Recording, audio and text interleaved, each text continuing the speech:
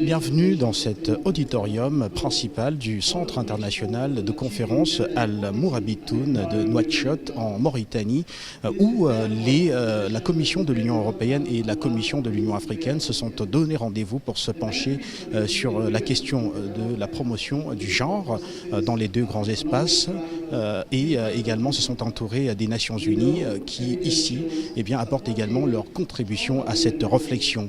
En ce moment derrière moi se tient une plénière, des exposés autour des différentes expériences dans les pays de l'Union africaine et également dans l'espace européen. L'objectif étant, au terme de cette rencontre, d'adopter des recommandations qui pourraient permettre une plus grande promotion du genre dans l'espace européen et également sur le continent africain. Cette rencontre est marquée par la présence de plusieurs chefs d'État et également du président de la Commission de l'Union africaine.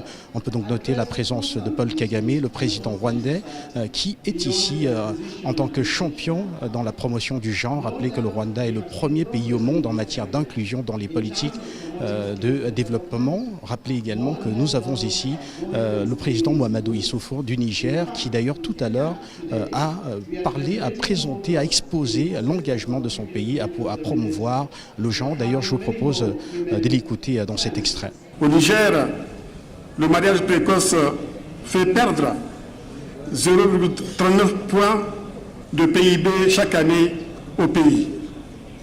Mesdames et messieurs, au Niger, pour garantir aux femmes leurs droits politiques, économiques et sociaux, nous agissons sur trois angles. L'angle institutionnel, l'angle législatif et réglementaire et l'angle des programmes de développement. Sur le plan institutionnel, le Niger a créé un ministère spécifiquement chargé de la promotion des femmes et de la protection des enfants. Sur le plan législatif et réglementaire, plusieurs lois et décrets ont été pris dans le cadre de la lutte contre les violences basées sur le genre pour la protection de la jeune fille et la promotion et l'autonomisation des femmes, notamment l'adoption de la loi instituant un quota minimum dans les nominations et les représentations parlementaires. Nous ne sommes pas, madame, encore à 30%, mais au Niger, nous sommes à 25% de femmes au niveau de l'Assemblée nationale.